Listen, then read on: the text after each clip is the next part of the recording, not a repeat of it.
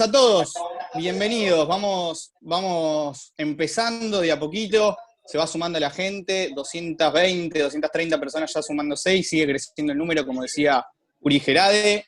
Buenas tardes a todos, bienvenidos a esta reunión de domingo por la tarde, 19 horas. Hoy 5 de julio, arrancando, convocando a muchísima gente de la colectividad que quiere saber, quiere aprender, quiere conocer de las nuevas problemáticas que están sucediendo en la actualidad en Israel. Queremos conocer cuáles son las novedades, cuál es la actualidad israelí en este momento.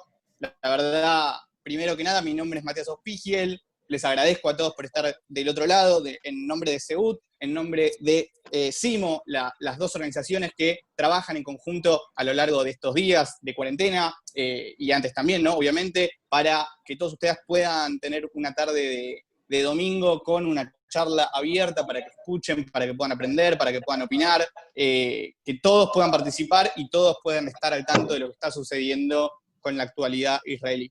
Mientras se sigue sumando gente, ya estamos llegando a las 250 personas, la verdad, un éxito esta convocatoria. Agradecerle antes que nada a Marcelo Birmagen y a Kevin Levin, dos personalidades de renombre, todos están aquí por la convocatoria de ellos dos.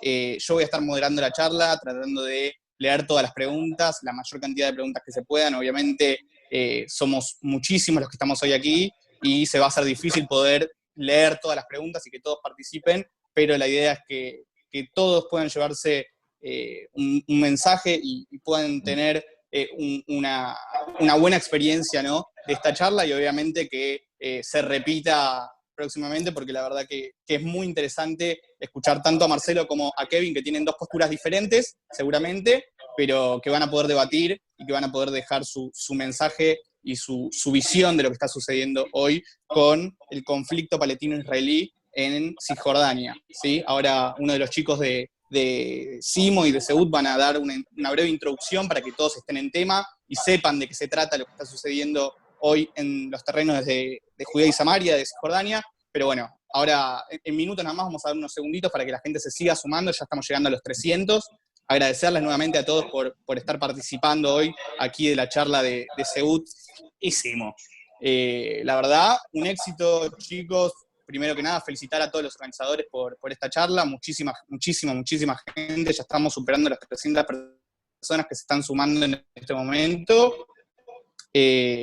Como decía hace minutos, muy interesante escuchar tanto a Marcelo como a Kevin. Marcelo es escritor, es guionista, es un intelectual, es periodista. Yo tuve el gusto de trabajar con él. Es una persona realmente muy honrosa, muy buen tipo, carismático, tiene una visión muy particular de las cosas, de cómo está sucediendo, cómo se vive, cómo es la vida en Israel. Tiene mucho conocimiento, así que va a ser muy interesante realmente escuchar a Marcelo y también a Kevin. Me comentan que no lo conozco personalmente, pero me dicen que es un genio en la temática, que sabe muchísimo. Él es sociólogo, es docente, es máster en temas de Medio Oriente, y bueno, vamos a tener también la visión de Kevin Levin, un intelectual también que sabe muchísimo del tema, para que ambos puedan dar su visión y puedan hacernos conocer un poco más a todos nosotros, más de 300 personas que hoy están aquí en esta reunión de Zoom, participando y queriendo aprender, ¿no?,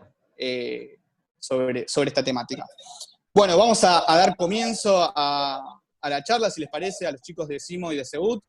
Tenemos un poco más de una hora. La idea, Marcelo y Kevin, es intentar llevar los conocimientos a toda la gente de forma lo más breve que se pueda, así podemos abarcar más temas, y que ambos dos puedan participar, y que la gente también deje su mensaje en el chat del Zoom, y yo voy a ir leyendo junto a los chicos de SEUT, que me van a ir pasando las preguntas, para que ustedes dos puedan ir respondiéndolas. ¿Está bien? Perfecto. Bueno, perfecto. Bueno, vamos a dar comienzo. Como les decía recién, mi nombre es Matías Ospigiel, voy a estar moderando la charla, para quienes no pudieron escuchar. Y vamos a arrancar con Ariel Jakubowicz, perdón. Él es integrante de SEUT y va a dar una breve introducción acerca de esta problemática que está ocurriendo en Cisjordania, en Judea y Samaria, sobre los terrenos tanto palestinos como israelíes. Así que bueno, Ari, te doy la palabra para que pongas una breve introducción y ya nos largamos con Marcelo y Kevin a debatir sobre este tema. Bueno, Mati, muchas gracias. Buenas a todos, buenas a todas. Mil gracias de vuelta por sumarse. Bueno, la idea es que podamos contextualizar un poco sobre el tema del encuentro, que nada, básicamente el núcleo gira en torno a lo que tiene que ver con el plan del siglo, el plan de paz propuesto por Donald Trump y su equipo a principios de este año.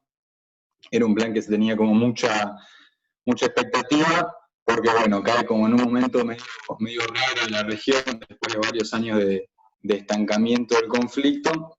Y para que entendamos un poco, y lo voy a hacer de manera resumida, pero es importante entender la situación regional, tanto los israelíes como los palestinos. Entonces, para que entendamos un poco, por un lado tenemos, como muchos sabrán, que el territorio palestino, vamos a llamarle territorio palestino a lo que es los territorios que tienen soberanía palestina. Por un lado, tenemos Gaza, que está gobernada por el Hamas, y por otro lado tenemos Cisjordania, que está dividida en 3 territorios, en 3 áreas, desde la década de los 90 que se hizo un tratado. Entonces, en Cisjordania tenemos un área que está gobernada por la autoridad palestina, un área que es como un gris, por así decirlo, y un área que está gobernada por el gobierno israelí. Entonces tenemos como una situación medio rara, medio difusa, compleja, porque están en constante lucha en ese territorio. Y por otro lado, para entender un poco de qué se trata la situación en Israel, nos encontramos con una situación de crisis económica por el coronavirus, como todo el mundo, y también, por otro lado, de una crisis política porque se acaba de formar una coalición hace muy poco. Me están diciendo que se escucha mal, ¿se escucha medio mal? Hay un retorno raro, pero sigamos. Bueno, hay un dale. retorno. Dale. Puede escuchar igual. Está bien, está bien. Bueno, lo que les decía es que en Israel se encuentran en una situación de crisis económica por el coronavirus, como todo el mundo, y por otro lado, también una crisis política porque se acaba de formar una coalición, después de 3 elecciones en las cuales no podía ganar ninguno de los partidos. Entonces, este programa de anexión que se quiere aplicar de manera unilateral ahora, significa como un desafío para la sociedad israelí, para la sociedad palestina y para la región en general. Así que bueno, después obviamente vamos a escuchar un poco más desarrollado de los invitados, que tienen muchísima más información para brindar. Solamente nos dan muchas respuestas, nos dejan muchas preguntas abiertas, que también es la idea de estos espacios. Así que le doy la palabra a los chicos de CIMO para que nos comenten algo más acerca de la actividad. Perfecto. Sí. Ari, dale, Mauro, sí, arranca vos. ¿Qué tal? Buenas noches a todos, a todas los presentes. Nosotros somos parte del Centro de Investigación de Israel y Medio Oriente, ¿sí? Y nos parece fundamental el poder entender el porqué justamente de esta charla, ¿no? Porque este debate nos va a demostrar las posiciones bien informadas sobre aquello que ha sido motivo de discordia, sino el principal motivo de discordia de los últimos años, no solo entre Israel y la Autoridad Nacional Palestina, sino todo el mundo árabe y todo el mundo en general. Porque este conflicto, ¿no? Nosotros, por supuesto, muchos de los aquí presentes como miembros de la comunidad judía tenemos un acercamiento, ¿no? Un acercamiento mucho más, quizás cotidiano a este tipo de cuestiones, pero mucha otra gente no. Y no es que solo la comunidad judía está viendo esto, sino que el mundo está viendo esto. Y lo principal que hay que tener en cuenta cuando uno debate este tipo de cuestiones es que tiene que ser con posiciones informadas, como las que vamos a ver a partir de ahora con los oradores. Es fundamental que una discusión sea bien informada, ¿sí? Y que no sea una mera repetición de falacias y acusaciones infundadas, porque una buena discusión, con buenos resultados y con buenos acuerdos, requiere sí o sí la presencia de buenos argumentos y de buenas maneras, ¿ok? Así que no quiero retrasar más esto. Muchísimas gracias, Mati. Empecemos. Bueno, perfecto. Mauro, gracias a vos también por la palabra. Gracias, Ari. Como decía antes de que comiencen a hablar los chicos, agradecerles realmente a todos por participar. Es sumamente importante conocer, asesorarnos, debatir e intercambiar opiniones sobre esta problemática. Todos los que estamos acá somos sionistas, queremos al Estado de Israel como algo propio y creo que es algo realmente importante para todos, poder instruirnos, saber, escuchar a dos grandes sabios de la temática, como son Marcelo y Kevin, que se prestan y les agradecemos realmente las 300 y pico de personas que estamos hoy aquí reunidos. Les agradecemos por participar, por prestarse a debatir y por prestarse también a dar su opinión para que todos nosotros podamos aprender un poco más sobre esta temática. Bueno, como decía Mauro, vamos a arrancar de la mano de Seut y SIMO, las dos organizaciones que hoy se reúnen y se fusionan para poder llevar adelante esta charla. Y Marcelo, la primera pregunta es, ¿cómo ves vos este plan que tiene el Estado de Israel para hacerse, ¿no?, con los terrenos de Cisjordania? Gracias, Mati, gracias a Kevin muy especialmente, gracias a Seut y a SIMO por realizar este encuentro, este debate. Déjame mínimamente contextualizar. Este conflicto es un conflicto, nació resuelto cuando la ONU votó la partición el 29 de noviembre de 1947 en un recién creado Estado judío y un nuevo Estado árabe, todavía no se llamaba Palestina o palestino, el territorio que era el mandato británico en Palestina, que había sido el mandato otomano previamente. El primer Estado judío en 2000 años y la resurrección de un pueblo luego de la Shoah.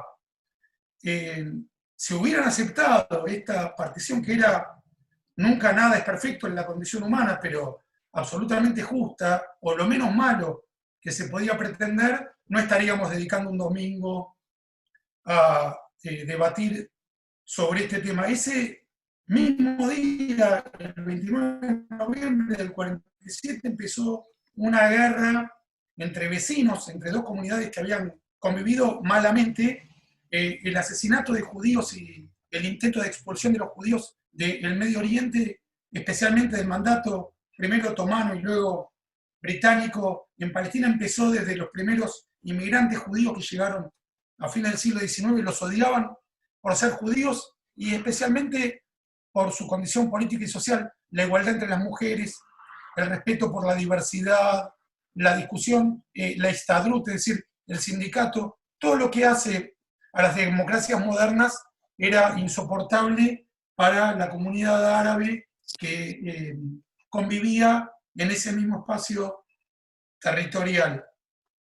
La guerra se lanza, ni bien la ONU, la mayoría de los países integrantes de la de la Organización de Naciones Unidas, encabezados por la Unión Soviética, con una abstención de Inglaterra favorable a la partición de Estados Unidos, pero esta guerra estalla cuando se declara el Estado de Israel, en 1948, 15 de mayo, o 14 de mayo, que Ben Gurión invita tanto a los existentes árabes de lo que iba a ser el Estado judío, como a los que lo rodeaban, a los internos a participar de igual a igual en todas las instituciones del recién creado Estado democrático, y a los países vecinos a convivir en paz. 5 o 6 ejércitos árabes, todos los limítrofes, Siria, Líbano, Egipto, Jordania, dirigido por un británico, Luke Pashab, el gran ejército árabe, invaden Israel, asesinan al 1% de la población judía de Israel, eran 600.000, mataron 6.000, sin justificación.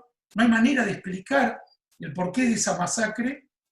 Si los árabes de Israel hubieran aceptado el llamado de Ben Gurión, hubieran tenido un Estado en Gaza, Cisjordania, con una Jerusalén internacional y además un contacto fluido con sus hermanos dentro de un territorio que era mucho más pequeño que Tucumán, para que nos demos una idea. Hubieran sido los ciudadanos más privilegiados del Medio Oriente, tanto como vecinos de Israel como habitantes de Israel. incluso desde el punto de vista de la conveniencia, la aceptación de la partición y de la creación de Israel, los emparenta con los nazis, en el sentido de prefieren matar judíos a vivir de un modo apenas mejor o bastante mejor del que venían viviendo si hubieran aceptado la partición. Y esta equiparación no es arbitraria ni exagerada. El líder de los palestinos era Am al-Husseini, era el principal líder del Alto Comité Árabe.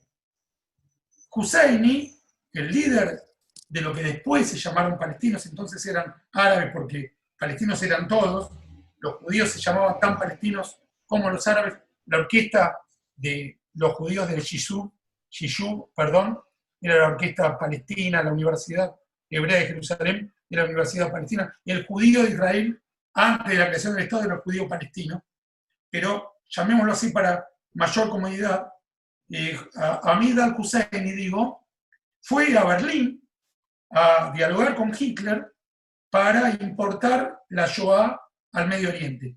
Y acá yo creo que así como Anthony Beevor, en su libro sobre la Segunda Guerra Mundial, homónimo, dice que la Segunda Guerra Mundial empezó en el 1937, cuando Japón invadió China.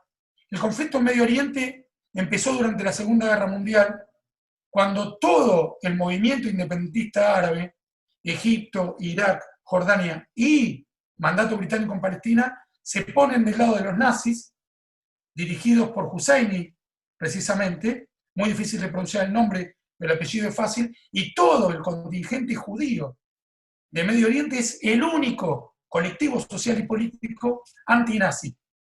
El colectivo árabe dice, como nosotros estamos en algunos lados dominados por los ingleses, nos aliamos con los nazis y además odiamos a los judíos, los queremos exterminar. Literalmente, no es interpretación, no es deducción, es literal. Mahoma en el cielo y Hitler en la tierra era el eslogan compartido. En cambio, Ben Gurión dice, nosotros también estamos dominados por los ingleses, pero vamos a combatir la ocupación inglesa como si no existieran los nazis, y vamos a combatir a los nazis como si no nos ocuparan los ingleses. Ahí comienza este conflicto. Es un colectivo judío que defiende la igualdad entre el hombre y la mujer, que defiende la diversidad sexual hasta hoy, marcha del orgullo gay en Jerusalén y Tel Aviv, en contraste con Hamas, que asesina literalmente, no es deducción, no es interpretación, asesina a los gays, incluso a los rangos superiores de su propio ejército. Un Hamas que tiene su carta fundacional, o el judío se ocultará detrás de una piedra, y el musulmán lo encontrará y lo matará. Un Hamas que plantea que los judíos están detrás de la Revolución Francesa, de la Revolución Comunista y de la Revolución Industrial. Pero volvamos, y ya voy cerrando, a este combate hegemónico entre el nazismo y la imperfecta libertad, en donde los judíos se ubicaron del lado aliado. Luego de la partición pegada al triunfo aliado en la Segunda Guerra Mundial, no casualmente la Unión Soviética, paradójicamente de Stalin, y el Estados Unidos, primero de Truman y finalmente de Eisenhower, acompañan el apoyo a la partición, pero luego Estados Unidos la retira, la venta de armas a los judíos, apoyan la creación del nuevo Estado, y ahí el mundo árabe elige exterminar a los judíos en lugar de aceptar la división. Hasta el año 67, los palestinos tuvieron todas las posibilidades. Jordania y Egipto dominaban Gaza y Cisjordania. Jordania dominaba Cisjordania, Egipto, Gaza. Entre el 48 y el 67, los judíos preferían un Estado palestino. No querían ni la ocupación egipcia de Gaza, ni la ocupación jordana de Cisjordania. Querían los judíos un Estado palestino. Lo vuelven a proponer luego del largo intervalo entre la guerra del 67 y el gobierno del Likud, que se centró en hacer la paz con Egipto, en la cual Israel devolvió más de 3 veces su territorio a cambio de paz. Le ofrecen a los palestinos en el 93 una autonomía, casi un Estado, en Gaza y Cisjordania. La rechazan por medio de los atentados de Hamás, que fueron los peores atentados cometidos contra la población israelí y en toda la historia de Israel. Ariel Sharon, paradójicamente, les vuelve a ofrecer un Estado palestino en 2003 y en 2005 se retira totalmente de Gaza. Retira a toda la población judía de Gaza. Deja Gaza sin un judío, ni civil ni militar. La respuesta palestina a esta oferta de paz es el lanzamiento de cohetes de Hamás desde Gaza hacia el sur de Israel. Previamente, Ehud Barak, en 2001, les había ofrecido, no casi un Estado con parte de Jerusalén y todo lo que reclamaban de Cisjordania. Lo rechazaron brutalmente en un encuentro en Camp David al que Shlomo Ben-Ami, el canciller de Ehud Barak, un verdadero izquierdista de la política israelí, fuera incluso del consenso de izquierda israelí, más favorable a los palestinos que el más favorable de la izquierda israelí, lo tituló el día en que murió la paz. Les ofrecimos todo, y Arafat dijo que no. No querían un Estado, querían la inexistencia del Estado judío. Les importa más que desaparezca el Estado judío que implementar un Estado palestino.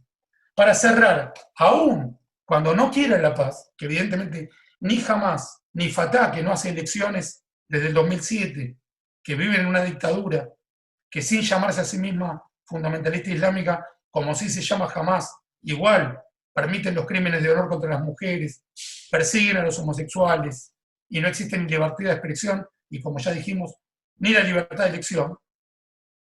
Si seguimos repitiendo las mismas acciones como la retirada unilateral de Gaza, que produjo más guerra, no más paz, vamos a obtener los mismos resultados. Lo que necesitamos es la separación entre los dos pueblos y la creación de un Estado palestino.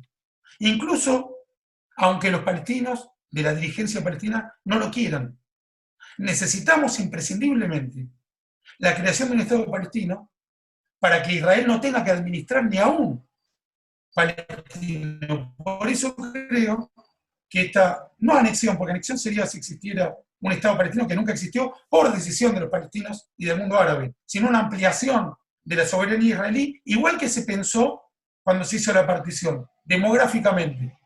En ese territorio que propuso Trump, que acepta Netanyahu y que por primera vez acepta el mayor representante de lo que fue el laborismo, que es Benny Gantz, sí, vive una mayoría judía. Hay 450.000 judíos y 100.000 palestinos. En el territorio que se propone aumentar la soberanía israelí. Me parece una propuesta mejor para separar a los dos pueblos y iniciar por primera vez un Estado palestino que esa retirada unilateral de Gaza, que aún apoyándola, porque fue el menos malo de los remedios, no produjo un estado de paz inmediato. Perdón si me extendí. Adelante, Kevin. No, perfecto, Marcelo, la verdad, súper interesante. Bueno, Kevin, quedó claro, pese a lo abundante de los periodos históricos. Sí, quedó claro tu postura también. Kevin, ¿querés contarnos vos un poco cuál es tu visión después de toda la introducción que hizo Marcelo y también marcando su postura? Si me recordás la pregunta, porque la respuesta de Marcelo me mezcló un poco.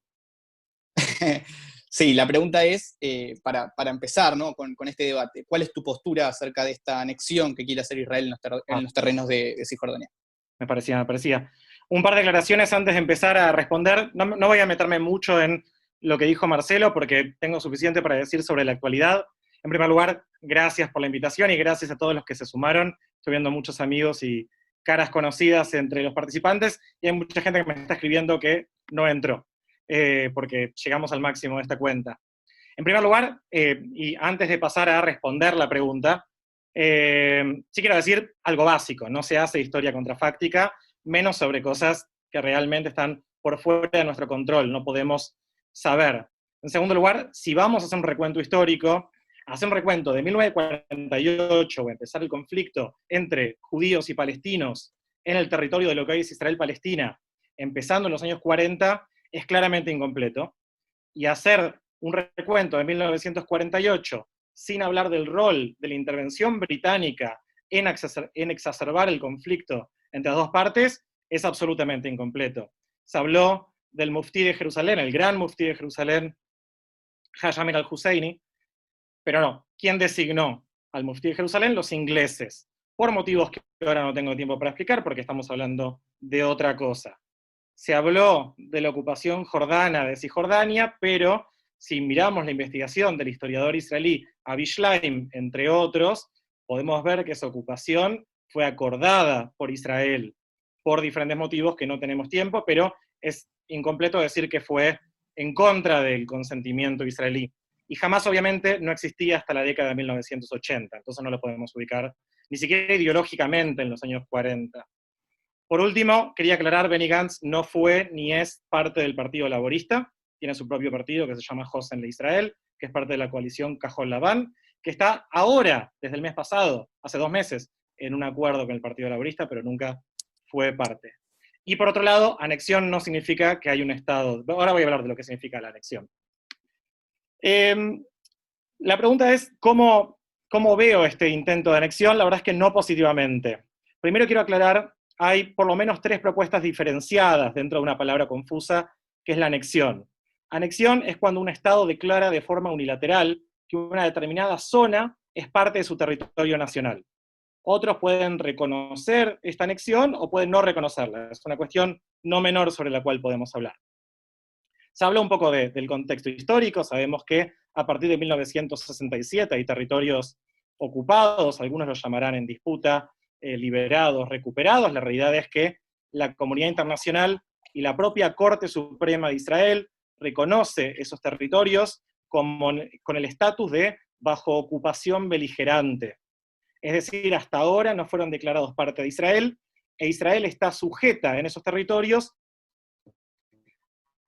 a las responsabilidades que tiene todo país ocupante de un territorio que pasa a controlar por medio de una guerra. Y hay convenciones bastante viejas, algunas sobre esto. La más famosa es la Convención de Ginebra, que parte de esa convención, la 4ª Convención de Ginebra, se refiere específicamente a territorios ocupados mediante guerra. Pero cuando hablamos de anexión en este momento, en el 2020, hay por lo menos 3 propuestas. Una que viene del llamado Acuerdo del Siglo de Trump, que fue anunciado con bombos y platillos en enero, que dice que Israel, en el medio de una propuesta de paz no negociada con los palestinos, tendría el derecho de anexar todo el Valle del Jordán, que es la zona que divide Cisjordania de Jordania, y todos los asentamientos judíos y los caminos que conectan esos asentamientos, generando un Estado palestino, o algo así como un Estado palestino, con ciertas características bastante limitadas, en los recovecos restantes de Cisjordania, en lo que parece un archipiélago, si miramos un mapa del Acuerdo del Siglo. Otra propuesta habla solamente del Valle del Jordán, y un plan aún menos ambicioso habla de la posibilidad de que Israel anexe los bloques de asentamiento en Cisjordania que limitan con Israel, es decir, que limitan con el territorio que Israel controlaba antes de 1967, y donde hoy en día viven la mayoría de los colonos, de los judíos que viven en Cisjordania. Todos esos planes se llaman anexión, pero llevan a mapas muy diferentes. El que quiere me escribe y se los mando. A partir de los acuerdos de Oslo, como dijeron, Israel firmó un acuerdo con la Organización para la Liberación de Palestina y se creó la Autoridad Palestina, que pasó a tener autonomía limitada sobre parte del territorio. Los avances diplomáticos tenían previsto un acuerdo marco, digamos, estaban previstos en ese acuerdo marco, hablaban de un lapso de 5 años, en su mayoría no ocurrieron.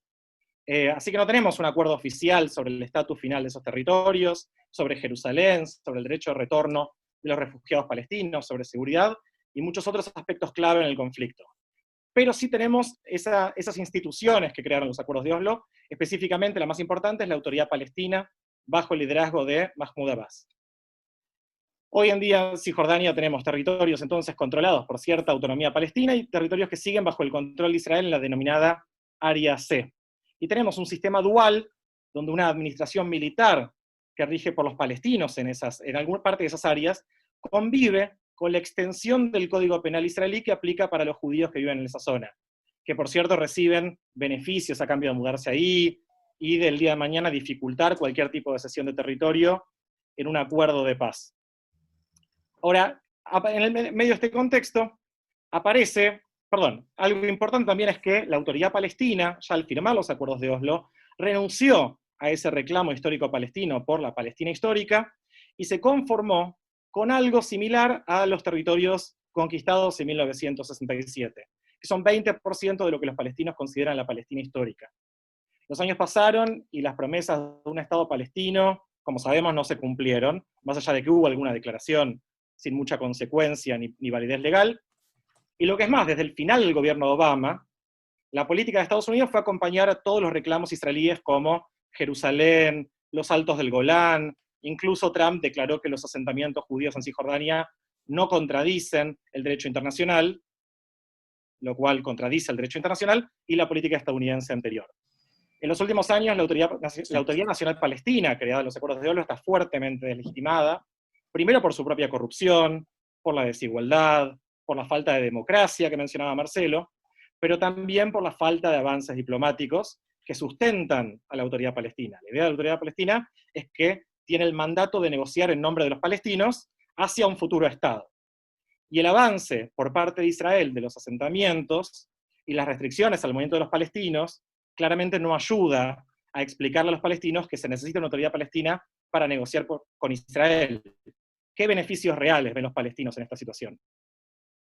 Y también tenemos que pensar que en este contexto, donde Estados Unidos abandonó este rol bastante polémico de árbitro, aparece la propuesta de que Israel anexe los territorios. Esto implica, y esto ya lo avisó la Autoridad Palestina, eliminar todo tipo de cooperación con los palestinos, condenar a la Autoridad Palestina a un vacío de legitimidad y potencialmente al colapso de cualquier tipo de institucionalidad palestina que todavía apuesta con la diplomacia por Israel. Es decir, que si Israel hoy en día anexa este territorio, la Autoridad Palestina... Pero, Kevin, te pregunto, perdóname. Sí. Marcelo, no lo interrumpiste, pero sí.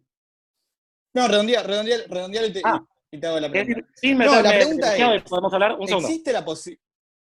Un segundo. Es decir, que al anexar unilateralmente estos territorios, Israel estaría haciendo lo que durante años criticó a los palestinos cuando llevaba el reclamo a las Naciones Unidas, que no eran legítimos las propuestas unilaterales y que no llevaban a la paz. Quiero aclarar también que este tema está fuertemente criticado por la comunidad internacional, incluso aliados tradicionales de Israel, por ejemplo, el gobierno británico, la Unión Europea por momentos, Joe Biden, el probable ganador de las elecciones en Estados Unidos en noviembre. Todo el mundo dice que la anexión de los territorios, de parte de los territorios de Cisjordania de forma unilateral no ayudaría a la paz y llevaría al colapso de la Autoridad Palestina.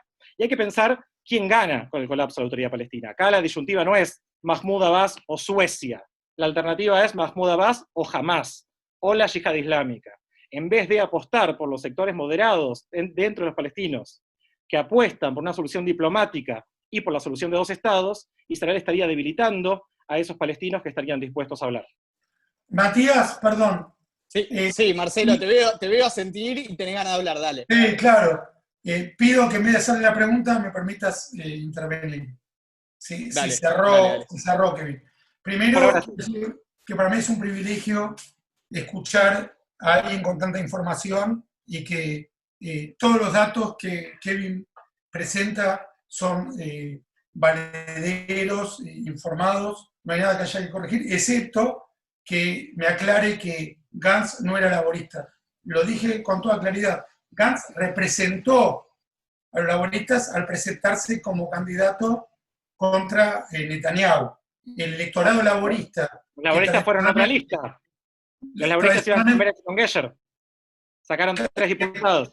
Bueno, pero el electorado laborista que tradicionalmente votaba a Rabin, a Pérez o la gente de Yossi Beilin, en las elecciones contra Netanyahu votaron a Gantz. Gantz ocupó el lugar que hubiera ocupado exitosamente Amram Mitznah en el año 2002, cuando apareció como la gran esperanza blanca del laborismo y después fracasó. Gantz intentó arrastrar al laborismo detrás de su candidatura y volvió a fracasar, pero los que antes votaban a Barak, hoy votaron a Gantz. Es una hipótesis, pero en ningún momento dije que fuera laborista. Ok. Todo lo demás, datos duros, pero acepto la interpretación. Bien, todo lo demás, no hay nada que yo te pueda corregir, al contrario, te agradezco mucho la claridad con la que planteaste la postura. Ahora, primero coincidimos en que Hamás no es un pueblo de negociación, que no hay nada que negociar con Hamás. Si se pudiera negociar, sería con lo que llamamos hoy la Autoridad Palestina, que está dirigida hace 13 años por Abu Abbas. Yo me pierdo con los nombres. Mahmoud Abbas o Abu Mazen, sí. Mahmoud Abbas o Abu Mazen. 16 años. Y también me ayudaste con el nombre de Husseini, el mufti de Jerusalén, que te agradezco mucho. 16 años lleva sin elecciones. No es lo mismo que jamás, en eso coincidimos, no es lo mismo. Si con alguien se puede negociar, y tampoco es lo mismo la calidad de vida que ha logrado Cisjordania en contraste con Gaza, pero si hubiera una contraparte palestina con la cual negociar, yo creo que se hubiera llegado a un acuerdo hace muchísimos años.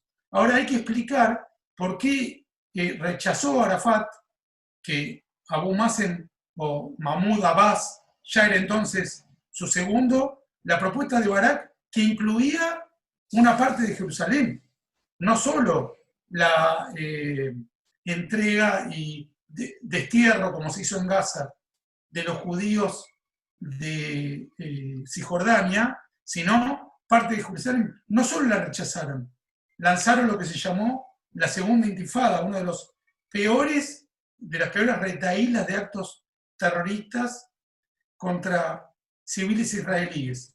Entonces, si esta partición que propone Trump, que tiene para mí una ventaja comparativa respecto a todos los presidentes americanos en cuanto a proporcionar paz al Medio Oriente. Vos sabés que en el 95, durante la presidencia Clinton, durante Oslo, el Congreso norteamericano votó reconocer Jerusalén como capital de Israel. Y recién, 20 años después, en 2015, si no me equivoco, 2016 tal vez, Donald Trump aceptó esa resolución del Congreso americano, que no la había aceptado ni Clinton ni ningún presidente anterior, pero votada por el Congreso, es decir, por la democracia americana, y propuso finalmente la mudanza de la embajada americana de Tel Aviv a Jerusalén. Yo creo que ese es un aporte a la paz entre israelíes y palestinos porque contribuye a la democracia. Y con esto, para cerrar esta intervención, ¿por qué creo que este aporte de Trump contribuye a la paz? Porque en Jerusalén la mayoría es pro-israelí, o por lo menos son ciudadanos, la mayoría de los habitantes de Jerusalén son ciudadanos israelíes. Y acá hay que aclarar, no hay ningún tipo de animadversión contra la etnia árabe. Hay judíos árabes, hay judíos que vienen de Yemen, hay judíos que vienen de Marruecos, hay judíos que vienen de Irak. Mi abuela venía de Siria. A mí no me importa que alguien sea árabe o occidental. A mí lo que importa es si apoya la democracia o no. Jerusalén es una ciudad democrática. En el conflicto que inició el mufti de Jerusalén a favor de los nazis y los judíos del Yishuv a favor de los aliados de la democracia, del respeto entre el hombre y la mujer, del respeto por los homosexuales, del respeto por la elección de los líderes, yo estoy del lado de las personas que apoyan la democracia. En Jerusalén hay una mayoría de ciudadanos israelíes que votan a su alcalde. El alcalde es un judío israelí. No lo voy a discriminar porque sea judío.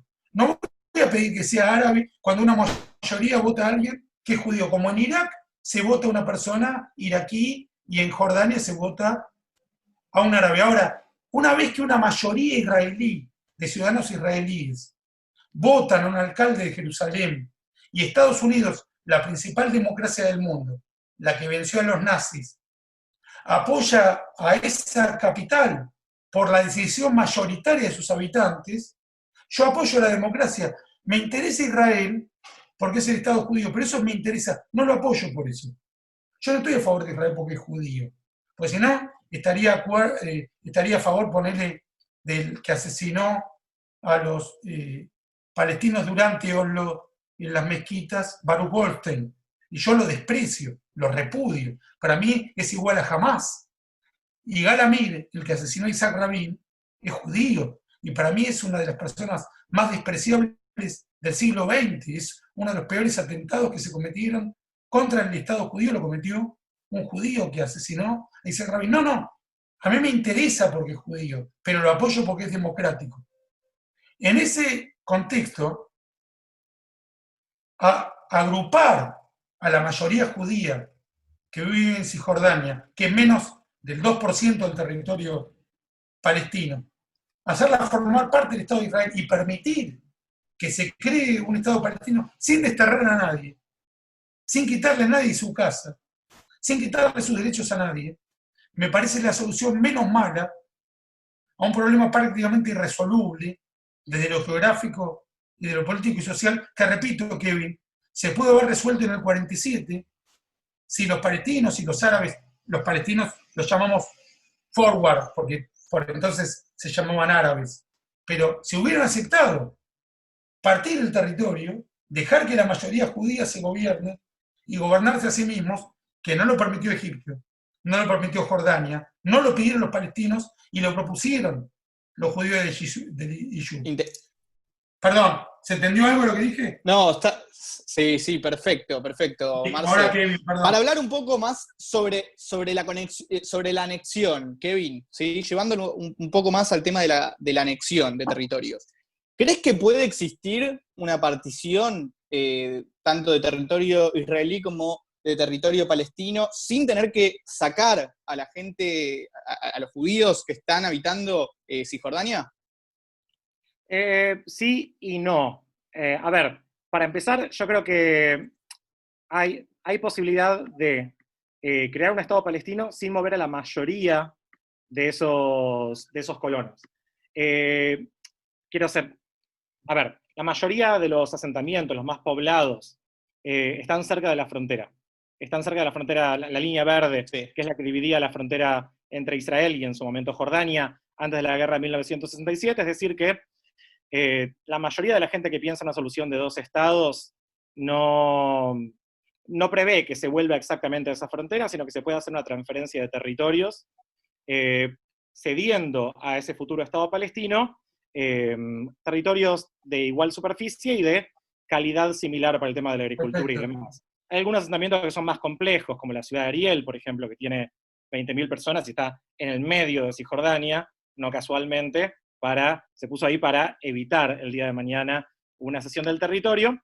Lo que sí creo que es incompleto, que es incompatible con la posibilidad de un Estado palestino, son los asentamientos ilegales. Me refiero no a todos los asentamientos que son ilegales de acuerdo al derecho internacional, sino a lo que en hebreo se llama ma'ahaz, es decir, los asentamientos que son ilegales de acuerdo a la misma ley israelí. Estamos hablando más o menos de 130 asentamientos que fueron construidos, muchos por robo de propiedad, por leyes expropiatorias que fueron manipuladas para ayudar a los colonos, por plata de dudosa transparencia, tanto del gobierno como de algunas instituciones que operan también en el exterior con respecto a donaciones, y muchos de estos asentamientos, que son particularmente militantes ideológicos, desconocen la autoridad del Estado, por lo tanto, y está lleno de experiencias, por ejemplo, no sé, Jabhat Gilad, por ejemplo, cuando la Corte Suprema de Israel o alguna otra entidad dentro del Poder Judicial israelí decide desarmar estos asentamientos, que son ilegales, no solo del derecho internacional, sino para el propio Israel, en algunos casos estos colonos han ejercido actos de violencia contra el ejército del propio país que dicen defender. Entonces, creo que va a haber un problema ahí, pero estamos hablando de una población minoritaria. La mayoría de la población de Cisjordania, uno podría pensar que están ahí por temas económicos y no necesariamente ideológicos, sobre todo desde el gobierno de Menachem Begin. Sí, pero estamos hablando de una población de 450.000 habitantes, tampoco es menor. 450.000 sin contar Jerusalén Oriental, sí, una población enorme.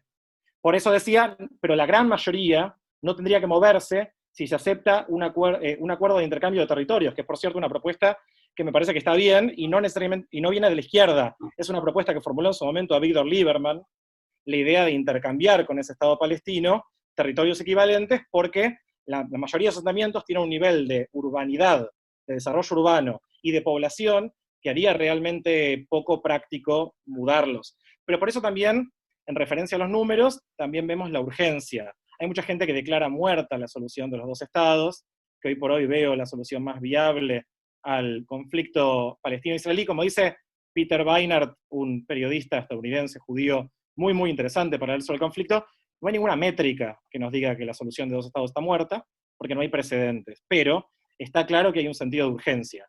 Mientras más se espere, mientras más asentamientos judíos se construyan en la zona en disputa, más difícil va a ser una solución de dos estados. Y ahí vamos a tener un escenario donde lo más probable va a ser una idea de un estado, pero ahí también tenemos el pueblo israelí, el pueblo palestino va a tener que tomar una decisión.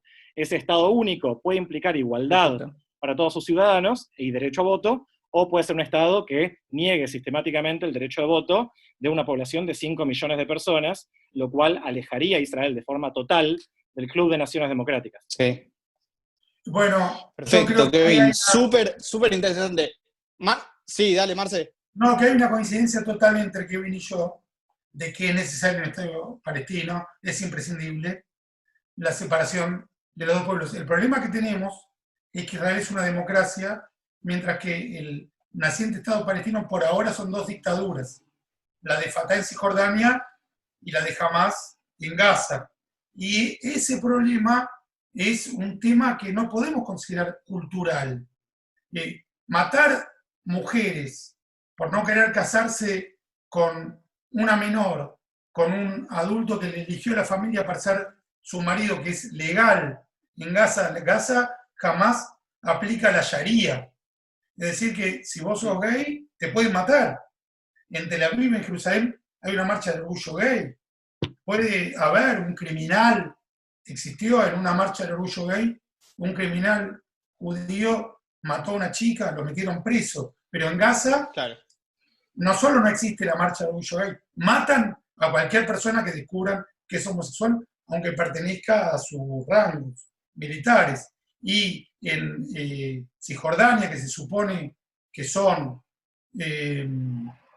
laicos, por decir una barbaridad, porque son fundamentalistas islámicos que no dicen su nombre, prohibieron cualquier tipo de expresión del colectivo gay. Ahora, esa diferencia entre un Israel donde en las librerías la mayoría de los libros hablan en contra del gobierno y una Gaza donde se habla en contra del gobierno te matan, y una Cisjordania donde no existe la libertad de expresión, no es aleatoria. Eso impide la paz, porque vos fíjate que de la Segunda Guerra Mundial no han existido guerras entre democracias. Sí. Las únicas guerras... Muy interesante. Marce, para volver un poco al tema de la anexión. Sí, correcto. Por ejemplo, ahora, Natalia Lerman, dale. Hay una coincidencia total. Yo me refiero a si Israel sigue la lógica de extender su soberanía solo a aquellos lugares donde hay mayoría judía, no hay ningún conflicto.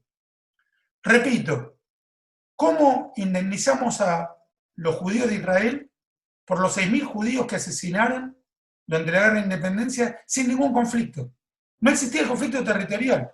La tierra estaba partida. Israel no tenía ni un pie en Gaza ni en Cisjordania. ¿Por qué mataron 6.000 judíos? Entre el 48 y el 67. Hasta el 56, el terrorismo palestino proveniente de Egipto y de Jordania mató 1.000 judíos dentro del territorio soberano israelí. ¿Por qué? Si el problema es que Israel ocupaba Cisjordania, ¿por qué mataron 1.000 judíos entre el 48 y el 67 dentro del territorio soberano israelí? En el 56 fue la guerra del Sinai. Israel conquistó Gaza por un par de meses, 3 meses. Se retiró a cambio de paz. Siguió la avanzada terrorista contra los judíos de Israel, sin Gaza ni Cisjordania, sin Jerusalén.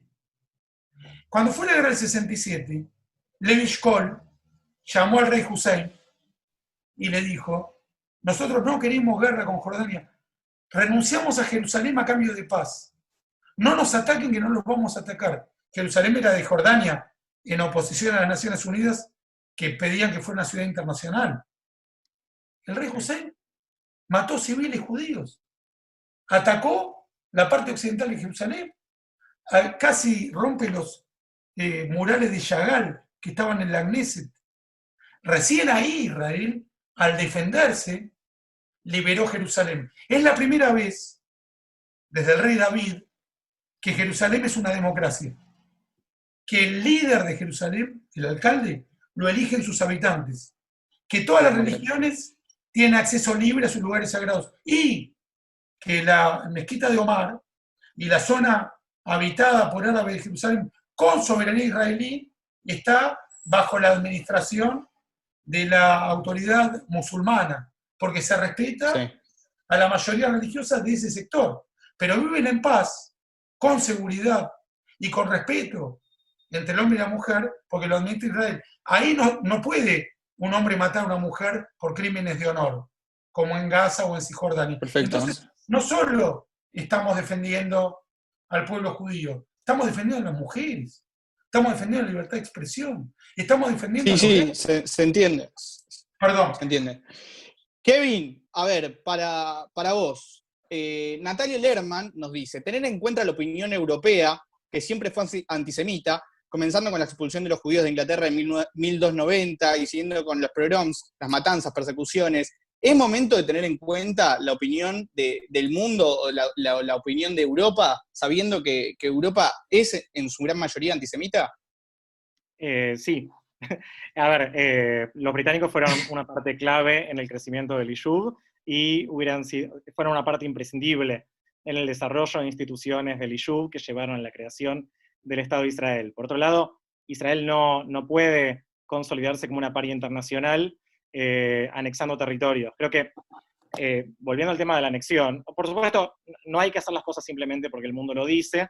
Sí me parece que hay que tener miedo, hay que tener un poco de cuidado con esta acusación de que el mundo históricamente es antisemita y nadie nos va a ayudar. Yo pienso que no, en la creación del Estado de Israel hubo una parte clave de las potencias del mundo, particularmente de la Unión Soviética, unos años después de que habían vencido a los nazis, más que Estados Unidos. Por otro lado, la anexión está mal, en primer lugar, porque está mal éticamente, porque implica la negación de los derechos del pueblo palestino, y porque Israel no puede consolidarse como un Estado rebelde que viola todas las convenciones del derecho internacional en los últimos 100 años. Es importante recordar que Israel se creó de acuerdo al derecho internacional, y que la Declaración de Independencia de Israel menciona justamente la resolución del 29 de noviembre de 1947 como un precedente que legitima la creación del Estado de Israel. Ignorar todas las convenciones del derecho internacional para una medida que no contribuye a la seguridad de Israel, sino que la perjudica. Hace Israel más grande, no más seguro, para nada más seguro, y si quieren puedo explicar por qué, que aísla a Israel diplomáticamente, incluso de sus aliados, que lleva a la opinión pública internacional en cierto sentido justificado, aún más en contra de Israel, y que genera un problema territorial del cual va a ser muy difícil salir. Entonces, yo no diría que acá el principal problema es que los europeos son antisemitas y que por eso nos van a criticar. El problema es que la anexión no resuelve nada, solo exacerba los problemas, y el hecho de que la Autoridad Nacional Palestina o el Hamas tengan actitudes muy cuestionables, no solamente con respecto a su propia población, sino también frente al proceso de paz, no legitima la anexión, para nada, porque anexar en este momento es contribuir al problema. Cuando en 1967 el laborismo en el poder tomó el control de esos territorios, parte del argumento del laborismo, que no era una cuestión ideológica de vamos a sentarnos porque Dios nos dio este territorio, eso es después, eso es Neakiva, el sionismo religioso. El argumento principal es... Gush Emunim. Exactamente. Que estuvieron en este sentido bastante cercanos al laborismo, pero por diferentes motivos. El argumento principal del laborismo es: vamos a usar estos territorios como cartas de negociación para conseguir el reconocimiento y la paz de nuestros vecinos. Anexar en este momento de forma unilateral afirma el mensaje de que no importa la paz con los vecinos, porque Israel va a anexar, y es básicamente la cooptación del Estado por estos movimientos radicales ideológicos que desconocen la autoridad del Estado, porque consideran que la ley divina está por encima. Es más, los acuerdos de paz que Israel ya firmó con Jordania y con Egipto, particularmente con Jordania, entrarían en riesgo si Israel anexa unilateralmente parte de Cisjordania. Jordania no puede sostener el acuerdo de paz como si nada si Israel anexa parte del territorio que como mínima reclaman los palestinos. Recuerden que la mayoría de la población de Jordania Y ahí es palestina. Kevin, ahí me abrís la puerta para repreguntar. Ahí me abrís la puerta para repreguntarte. ¿Quieren realmente los palestinos la paz con los judíos o siguen con la ideología de tirar a los judíos al mar y que desaparezca el Estado de Israel? Mirá, Marcelo va a decir algo distinto, te lo adelanto. Pero... La picanteé un poco. Que se debata. Sí, está perfecto, está perfecto. Que se debata. A ver, hay un sentido común de que en los palestinos no se puede confiar. Voy a citar a Yossi Beilin, esto no es algo mío, ¿no? Pero Yossi Beilin escribió un artículo muy interesante hace algunos años diciendo que incluso si Abbas no es el socio que Israel necesita para la paz, así todo no hay que alejarse de las negociaciones. Y desarrolla una serie de argumentos muy, muy interesantes que voy a, de alguna forma, repetir y agregar mi propia interpretación. En primer lugar, porque la orientación política del liderazgo palestino el día de mañana puede cambiar. Es decir, sentarse ahora en la negociación, Mahmoud Abbas no va a vivir para siempre, ya tiene 80 y pico de años. Hay otras figuras clave en el liderazgo palestino, entre otros Dahlan, que está muy influenciado por esta actitud de las monarquías del Golfo de intentar normalizar las relaciones con Israel, que ven la perspectiva de lazos comerciales, que ven la perspectiva de un frente común con Irán. Hoy en día anexar sería cerrar las puertas a todo el liderazgo palestino. No hay líder palestino, por más conciliador que sea, que puede justificar estar sentándose con Israel, que está anexando unilateralmente el territorio que los palestinos están reclamando como mínima, que es 22% del territorio que consideran la Palestina histórica. La anexión aparte tiene pretensión de cambio permanente, es decir, si vos anexás estás diciendo, yo no lo voy a ceder. Más allá de que eso, entre nosotros, es chamullo. Israel anexó los Altos del Golán en 1981 y a lo largo de los años 90 estuvo más que dispuesto en varias oportunidades de cederlos a Siria a cambio de paz, en una situación que nunca terminó resultando. Por otro lado, hay que pensar cuál es la alternativa a Mahmoud Abbas. Como les decía, no es Suecia, no es Dinamarca, es Hamas, es la yihad islámica. Y la otra alternativa es, como dijo Netanyahu en el 2015, la idea de vivir por siempre por la espada. Y yo la verdad, llámeme idealista, pero creo que Israel no puede vivir siempre por la espada y quiero pensar que en algún momento israelíes y palestinos van a poder convivir en paz. Bueno, la solución para convivir en paz es hacer un acuerdo con Mahmoud Abbas. Por otro lado, todo el mundo está de acuerdo. Un segundo, Mati, que es una dale. Sí, dale. Súper interesante. Llegar a arreglos temporales, incluso si no arreglos permanentes.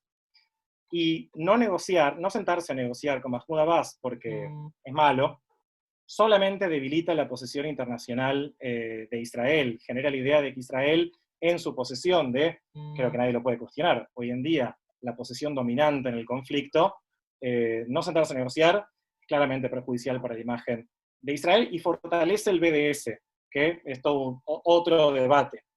Por supuesto, Mahmoud Abbas y parte del liderazgo palestino desaprovecharon oportunidades, pero hay que pensar, antes de ponernos a hacer el recuento histórico de las oportunidades desperdiciadas, que cuando la autoridad palestina se sienta a negociar, no entran como si fueran dos partes iguales a definir. Parten de la base de que ellos ya son la parte perdedora, y que soluciones que tienen que ver con el 50-50, o intentar negociar una concesión de un lado a cambio de otra, no van a ser aceptados fácilmente por los palestinos, que ven que históricamente tienen todas las de perder en este conflicto porque Israel tiene la superioridad económica, militar, diplomática, internacional. Si vamos a los hechos, más allá de la propaganda, Abbas reconoce el Israel en las fronteras antes a 1967. Reconoce que no va a poder cumplirse la definición máxima del derecho de retorno de los refugiados palestinos. Esto lo aceptó hace rato. Piensa que se va a negociar algún tipo de compensación económica para los que tuvieron que irse en el 48. Ya no está hablando de la vuelta de 5, 6, 7 millones de palestinos a Israel, que fue el primer reclamo palestino después del 48. Reconoce la conexión de los judíos con la tierra de Israel. Sí. Ahora, si vamos, incluso el establishment militar, político, de inteligencia de Israel reconoce esto. Efraim Sne, que fue aluf de la Tzabá, dice, si nosotros seguimos delegitimando al liderazgo palestino moderado, lo único que vamos a lograr es la anarquía y darle la razón a los palestinos que piensan que no hay una solución por la vía diplomática. Por eso, no queda otra. Hay que negociar con los que están, incluso reconociendo sus faltas. Matías, yo creo que hasta aquí... Perfecto. Perdón, ¿puedo comentar Sí, Marce, algo? me imagino que estás encendido para responder. Sí. Dale. No, hasta que habló de Mahmoud Abbas, yo iba a decir que Kevin es un fiel representante de la izquierda fuera del laborismo de Israel, que nunca miente. Todo lo que dijo hasta Abbas, yo lo suscribo. Disentimos en la interpretación, no en los hechos. Por ejemplo, Ari Shavit, que es un editorialista de Haaretz, escribió un libro maravilloso, Mi Tierra Prometida, en donde la interpretación es diametralmente opuesta a la mía, pero nunca inventa un hecho. Y de hecho, a Haaretz, un diario que para mí es completamente pernicioso para la política internacional de Israel, no miente. Interpreta de manera tendenciosa, pero no miente. Y yo creo que Kevin nos está planteando todos hechos indiscutibles, fácticos, excepto que Abbas renunció al retorno de los refugiados palestinos. Nunca renunció, nunca resignó ese reclamo palestino que elimina cualquier posibilidad de acuerdo de paz, porque no solo quieren un nuevo Estado árabe, sino también que millones de palestinos puedan volver a Haifa, a Tel Aviv o a Jerusalén como ciudadanos de pleno derecho, no israelíes, sino como ciudadanos palestinos, una entidad que todavía no existe. Y yo te recomiendo, y te acepto que vos me recomiendes a mí muchas lecturas, como ya hiciste una, que leas un libro de una chica que fue izquierdista mucho tiempo, ya no es una chica, es una señora, Einat Wilf, yo la conocí en Israel, que se llama, yo pronuncio muy mal en inglés, pero es La Guerra del Retorno, The War of Return, que se acaba de publicar. Ella participó del comité que asesoró a Ehud Barak en el Tratado de Paz de 2001 en Camp David con Arafat. Ellos, como yo mencioné hoy, de Shlomo Ben-Ami, lo debes conocer muy bien, Kevin, le ofrecieron a Arafat todos los territorios que hoy son habitados, no ocupados, porque ese territorio era un limbo legal desde el fin del mandato británico en Palestina, porque nunca fue un Estado árabe ni palestino, fue ocupado por Jordania.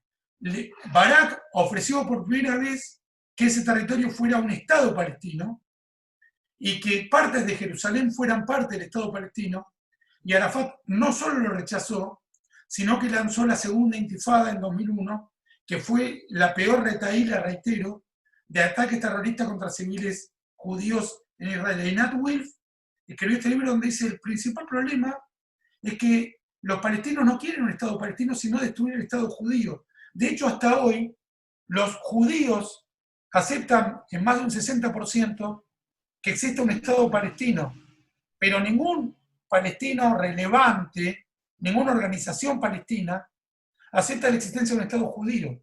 Ni Abbas, ni Hamas, ni Fatah, ni Yihad Islámica, ninguna ONG dice con todas las letras: sí, queremos convivir con el Estado judío. Acá el gran problema no es la creación del Estado palestino, que se podría haber creado con toda facilidad entre el 48 y el 67. Es algo que no explica Kevin y que yo le voy a ceder la palabra. ¿Por qué no se creó un Estado palestino entre el 48 y el 67? Porque no es el plan. El plan es destruir el Estado judío. Y aún así, aunque no quiera un Estado palestino, lo tenemos que crear de todos modos.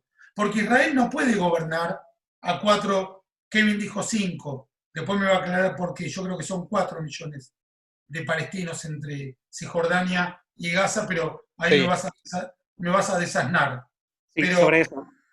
Pero, perdón, cierro con esto. Yo coincido con vos, en eso es una de nuestras pocas coincidencias. Otra es que no se puede negociar con Hamas hoy, porque por ahí le salta el chip como le saltó a Sadat, y dentro de un año podemos negociar con Hamas. Eso siempre tenemos a Tikva, la esperanza de que algún día uno se despierte cruzado y diga que sí, que acepta un Estado judío. Pero con Abbas tampoco acepta un Estado judío, ni renuncia al derecho al retorno de los refugiados, que no sabemos cuántos son, ni por qué tienen que retornar, pero de todos modos no tenemos más remedio que permitir la creación del Estado palestino, porque no podemos gobernar. No podemos. Aramos dijo el Mosquito. No pueden los israelíes gobernar a 4 millones de palestinos. Tienen que separarse. Yo lo que estoy diciendo, Kevin, es que esta separación es la menos mala. Ni siquiera que es buena. Es la menos mala. La mayoría judía queda dentro de Israel. Y fuera de esa mayoría judía, los palestinos hagan lo que quieran, excepto convocar el ejército iraní o armarse con instrumentos que puedan poner en riesgo la seguridad israelí. Pero cierro con esto. Sí. Cuando Aramos dijo el Mosquito, y es el único momento del debate en que lo voy a plantear, ustedes saben, yo tengo estas mismas posiciones, Kevin, supongo igual que vos, aunque te llevo 30 años de vida, como diría Morris. No creo que tanto. Vos sabés que a mi hermano Eduardo lo asesinaron en Jerusalén, en la puerta de Yafo. Yo pienso igual que ahora, desde mucho antes, desde 20 años de que lo asesinaron. Pero toda la familia de mi hermano, sus 7 hijos, su viuda, viven en el Estado judío. A mí no solo no me interesa más la tierra que la vida, yo no quiero que haya guerra. Mis sobrinos viven ahí, yo quiero paz, igual que vos, no tengo ninguna duda de eso. En eso coincidimos 100%. Yo quiero paz. Y yo considero que esta manera es la mejor manera de separarnos, no de conquistar territorio. Me importa una mierda, perdón, un carajo el territorio. Con lo que hoy tenemos, incluso sin los asentamientos que yo no los Sí, lo que se busca es la paz. Colonos, yo quiero la paz. Y me parece que la mejor manera de conseguir la paz no es desterrar a los judíos que viven ahí, sino que formen parte de la soberanía israelí. Gaza, aunque salió mal, los desterraron y jamás siguió disparando, yo no volvería a Gaza bajo ningún concepto. Prefiero la separación a más territorio. ¿Se entiende algo? Perfecto, Marcelo. Perdón, sí, se entiende clarísimo. Ahí, Kevin, Kevin, ya te doy la palabra. Ahí vamos a seguir debatiéndolo, la verdad. Quiero agradecerles realmente a todos. 300 personas clavadas, no se mueve nadie escuchándolos a ustedes dos. Son dos bestias, la verdad. Los dos saben una barbaridad, se nota. Es súper enriquecedora la charla, súper interesante. Realmente, las 300 personas están intactas, no se movió ni una vez el numerito, así que agradecerles realmente. Mirá, todos asienten ahí con la cabeza en las camaritas, así que agradecerles realmente a todos por estar del otro lado, a ustedes por seguir participando. Vamos a seguir con este debate, se extiende un rato la charla, pero realmente es muy interesante la postura de los dos. Quiero invitar a todos, hacemos un breve receso mientras los dos siguen pensando y calentando los motores para seguir debatiendo, a seguir en las redes sociales tanto a SEUT como a CIMO, que son las dos organizaciones que se encargan y se encargaron de realizar y de reunirlos a todos ustedes aquí en esta charla, en esta entrevista con Kevin Levin y Marcelo Birmacher. La cuenta de Instagram de CIMO es CIMO-oficial, CIMO-oficial, y la de SEUT es SEUTAR. A todos los invitamos a que nos sigan en las cuentas de Instagram. La idea tanto de CIMO como de SEUT es realizar diferentes charlas, tanto a lo largo de la cuarentena como luego también de forma presencial, para que todos puedan seguir instruyéndose, aprendiendo, crear y generar una colectividad más unida, y que todos puedan tener desde el lado de CIMO una instrucción o un aprendizaje un poco más sionista, y del lado de SEUT aprender un poco también y captar la identidad judía de todos nosotros, y para poder estar reunidos y seguir aprendiendo y teniendo conocimiento sobre estas temáticas con dos figuras como son Kevin y Marcelo, que saben tantísimo de estos temas. Kevin, te doy la palabra ahora sí para que sigas vos. Te veo que estás caliente, estás encendido. No, igual quería aclarar en primer lugar, parto de la base de que todos queremos la paz, simplemente con Marcelo tenemos una diferencia sobre cómo llevar a la paz. Yo creo que Marcelo está confundido, más que malintencionado en ese sentido, y por supuesto, con respecto a la cuestión familiar, la verdad que no me puedo poner en ese lugar, y estuve en ese lugar donde pasó, y de por sí lo lamento mucho, como creo que también todos los que estamos acá presentes. Justamente a lo que apunto es a una realidad donde el día de mañana no haya más familias en luto, y creo que la solución de dos estados y la desconexión de los territorios ocupados es la estrategia para evitarlo. Sí tengo que aclarar que como condición impuesta tanto por Israel como por los Estados Unidos, para que se produzcan los acuerdos de Oslo, la OLP, hoy la Autoridad Nacional Palestina, reconocieron la existencia del Estado de Israel, lo cual fue fuertemente criticado por Hamas, por intelectuales palestinos de la talla de Edward Said, por ejemplo, como una claudicación histórica. Sin embargo, la Autoridad Nacional Palestina, antes de existir, es decir, para tener permiso para fundarse, tuvo que reconocer al Estado de Israel. Y Mahmoud Abbas, por supuesto, era parte de esa generación de líderes palestinos que dijeron, a partir de ahora nos vamos a enfocar en una solución para los dos estados, y ya no vamos a luchar por el reemplazo de Israel con un Estado palestino, sino en buscar una forma de dos estados. Hoy en día, por cierto, gracias al accionar tanto del liderazgo palestino como del liderazgo israelí, la solución de un Estado está cada vez siendo más fuerte en la opinión pública de los jóvenes palestinos, que son cada vez más escépticos con respecto a esa solución de los dos Estados, que igual sigue siendo la opinión mayoritaria de ambos lados, tanto de judíos como de palestinos. Si después vamos a la segunda opción, ahí cambia. Sí me veo obligado a aclarar que en el 2012 Mahmoud Abbas dijo, la familia de Mahmoud Abbas es de Tzfat, en el norte de Israel, y él dijo, yo visité Tzfat, quiero ver Tzfat, es mi derecho ver Tzfat, pero ya no tengo el derecho a vivir ahí. Palestina para mí es la Palestina del 67, con Jerusalén Oriental como su capital. Esto es así y para siempre. Yo soy un refugiado y vivo en Ramallah. Creo que Cisjordania y Gaza son Palestina, y el resto de la Palestina histórica es ahora y va a seguir siendo Israel. Entonces, nosotros podemos cuestionar si es sincero en esto que dice, pero no podemos negar que Mahmoud Abbas renunció básicamente al derecho de retorno de los refugiados palestinos, entendiendo que este era un principio en el cual Israel no iba a ceder.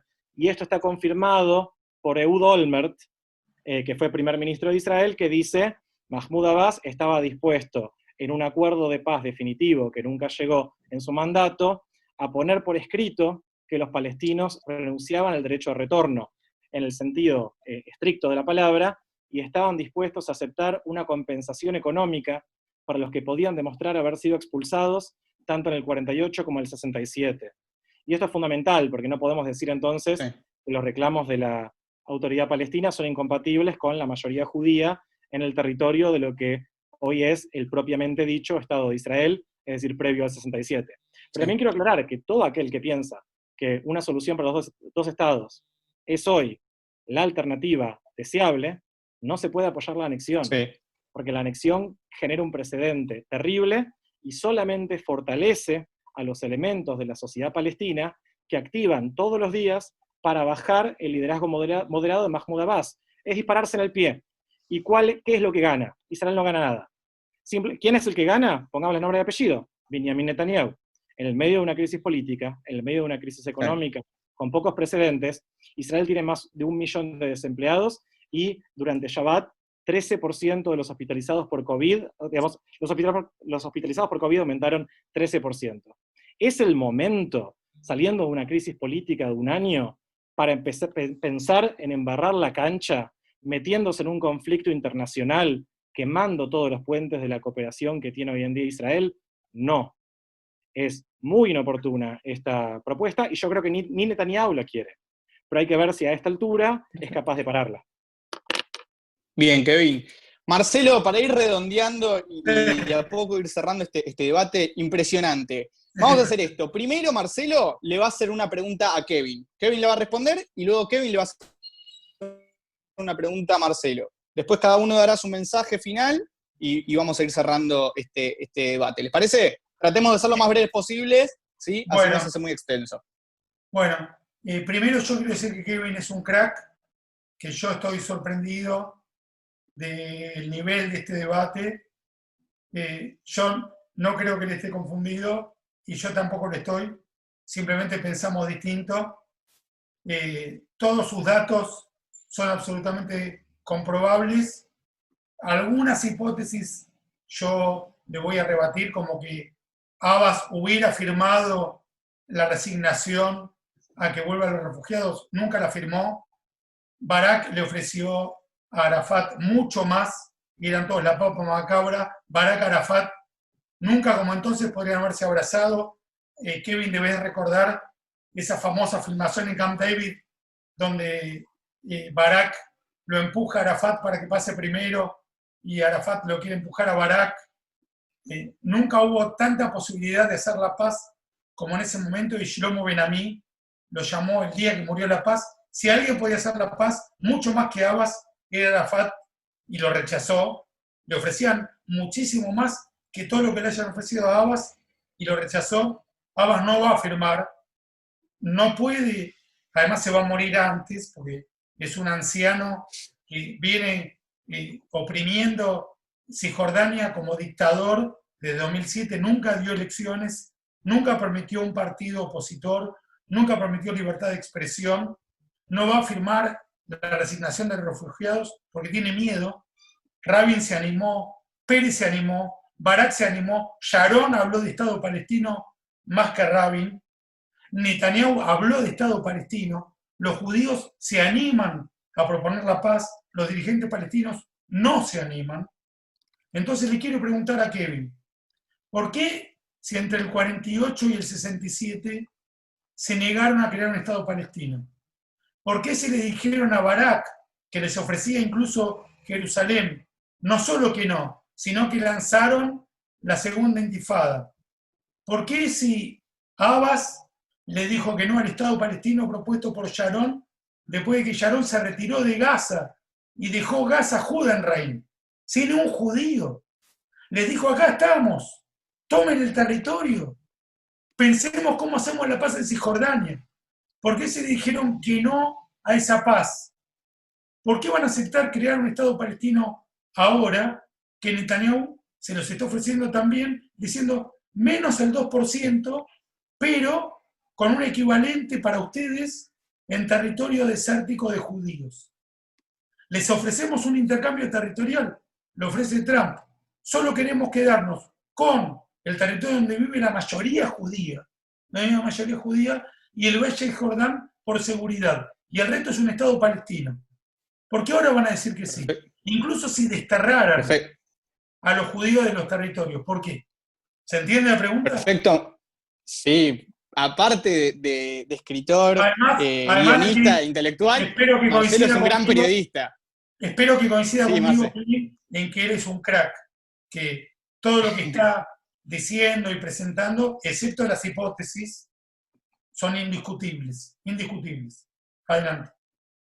Gracias, Marcelo. Y, bueno, Kevin. Bueno, en primer lugar, expreso también mi admiración. La pregunta tiene varias partes. En primer lugar, yo creo que es, diría injusto, pero me parece que de vuelta es contrafáctico la palabra que debería buscar, plantearle a los palestinos como pueblo las acciones que consideramos erróneas entre 1948 y 1967. Para 1948, el liderazgo palestino estaba, en su mayoría, o encarcelado, o exiliado, o asesinado, no por Israel, sino por los británicos, con lo cual es muy difícil pensar que los palestinos son, de alguna forma, responsables colectivamente por las decisiones, yo creo que cortoplacistas, miopes, del liderazgo palestino en ese momento, que podrían haber sido más conciliadoras. Y la situación no cambió, digamos, si nosotros miramos de vuelta, no podemos echarle la culpa a los palestinos por el accionar del mundo árabe en general, y lo que vemos en la causa palestina, no sé si soy yo para decir esto como judío ashkenazí viviendo en Argentina, blanco heterosexual, sino también, pero tenemos que pensar cómo la causa palestina fue secuestrada por otros intereses dentro del mundo árabe. Si nosotros miramos la creación de la OLP hasta la caída de la figura política ascendente de Gamal Abdel Nasser, que lideraba Egipto, pero era una figura muy predominante en la narrativa ideológica y la política de la región, bueno, fue él el que creó la Organización para la Liberación de Palestina, y fue él el que eligió a dedo al primer liderazgo. Es decir, que recién, con la Guerra de los 6 días, cuando Nasser pierde su influencia y de forma definitiva en 1970, cuando muere Nasser y es reemplazado por Sadat, es ahí que podemos hablar de un liderazgo palestino autónomo que realmente es capaz de tomar decisiones. Nunca democrático, pero bueno, estamos hablando también de una población que está diseminada por el mundo, sobre todo en ese momento, gran parte de la cual estaba viviendo en campos de refugiados, y convengamos que no estaban tampoco dadas las condiciones para una organización democrática. Esto sin legitimar, sin justificar, sin apoyar de ninguna forma atentados contra la población civil, pero sí me parece que no podemos hoy en día echarle la culpa a los actos cometidos entre el 48 y el 67. Ninguna de esas personas es parte del liderazgo y en ningún momento se le consultó a los palestinos. Sí me parece que también hay que, si vamos a mirar los detalles, también hay que mirar ambos lados. Y el sufrimiento generado de ambos lados, digamos, también para los palestinos que se quedaron hasta 1966 vivieron bajo administración militar, algo que era cuestionado por judíos israelíes que veían que esta promesa de un Estado sionista como luz para los pueblos no coincidía con la realidad cuando uno iba a los poblados de mayoría árabe, y entendía que ahí todavía había mucho trabajo por resolver para concretar esa promesa democrática liberal que estaba en la Declaración de Independencia de Israel, de un Estado que garantice la igualdad, lelo evdel dat geza vemín, sin distinción de religión, raza y sexo. Bueno, era una declaración de los años 40. Tampoco le podemos aplicar las categorías que usamos hoy en día. Entonces, creo que hay que tener en cuenta eso. Los tiempos cambiaron. Creo que hoy en día a Israel le encantaría tener el liderazgo y la situación que tenía hace algunos años. Está claro que ambas partes desaprovecharon oportunidades de paz. Hoy en día, Sí. avanzar con la anexión sería otro error histórico que solamente aleja el arco de la paz hacia un futuro aún más incierto, y que solamente le da razón a las partes equivocadas que no están en el interés de Israel. Y todo para satisfacer Perfecto. a sectores que están buscando o su supervivencia política, sin importar el bienestar del colectivo, o por sectores marginales radicalizados, que de todas formas no van a apoyar esta propuesta, porque no quieren nada que se parezca a un Estado palestino, quieren la anexión de todo Cisjordania, y que no reconocen la autoridad del Estado. Entonces, de vuelta, ¿para qué? Y quiero Excelente, agregar, Kevin. dos malos Sí, no hacen un bien. sí, dale. ¿Va mi pregunta? Dale, hacerle tu pregunta a Marcelo y vamos a ir haciendo un cierre entre los dos. Dale. Porque creo que se me hizo una pregunta a mí que me interesaba saber qué pensaba Marcelo. A mí se me preguntó, Mati me preguntó, si veo necesario, los dos dijimos que estamos de acuerdo con la creación de un Estado palestino. 100%. Quiero saber qué piensa Marcelo sobre la expulsión o el desmantelamiento de los asentamientos judíos en Cisjordania. Bueno, perdón, Matías, ¿ya Dale. puedo contestar? Sí, por supuesto, Marcelo. Bueno, primero creo que hay una gran desventaja porque yo siento una admiración creciente por el conocimiento de Kevin y por su punto de vista. Entonces es muy difícil debatir porque me gustaría encontrarnos en privado e intercambiar un montón de ideas. Ahora se complica, pero cuando podamos, con gusto. Y hay muchos puntos de coincidencia, sobre todo en que tiene que existir un Estado palestino para que haya mayor seguridad para el Estado judío. Yo pienso que se intentó lo del destierro de judíos de zonas donde había ciudades democráticas judías en Gaza. Se intentó el destierro como propuesta de paz. Sharon, que es un sabra, nacido en la tierra de Israel, igual que Moshe Dayan, y yo quería marcarte esto como paradigma, Kevin. Dayan pierde el ojo, que lo hace famoso, luchando contra los nazis de Vichy, las posiciones francesas nazis en Siria. En el año 41, si no me equivoco, Dayan va a luchar a favor de los aliados, pero básicamente contra el nazismo, en la Siria nazi de Vichy. Todo el movimiento árabe independentista era nazi entre el 39 y el 45. Y el pequeñísimo Yishub judío era pro-aliado, anti-nazi. Salvo el Leji, ¿no? ¿Cómo? Salvo el Leji, que fue a encontrarse con los nazis. No, el Leji ya a partir del 39 era pro-aliado, igual que el Irgun, igual que la Haganah, igual que el laborismo, igual que el movimiento revisionista de Jabotinsky. Si hubo algún contacto pre-Segunda Guerra Mundial, es independiente de el Iyub como hegemonía política antinazi en la tierra de Israel, el mandato a la solución final. Y a partir de la Segunda Guerra Mundial no hay discusión al respecto. Los judíos estaban contra los nazis y el mundo árabe en su totalidad, sin disenso ni excepción, a favor de los nazis.